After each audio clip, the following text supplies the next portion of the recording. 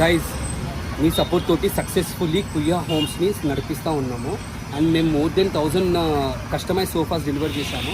And customer feedback ప్రకారం మాకు ఏం తెలిసిందంటే ఒక స్టోర్ ఉండాలి, లేకుంటే ఎక్స్పెన్స్ స్టోర్ అని ఉండాలి, లేకపోతే వేర్ హౌస్ ఉండాలని చెప్పేసి అన్నారు.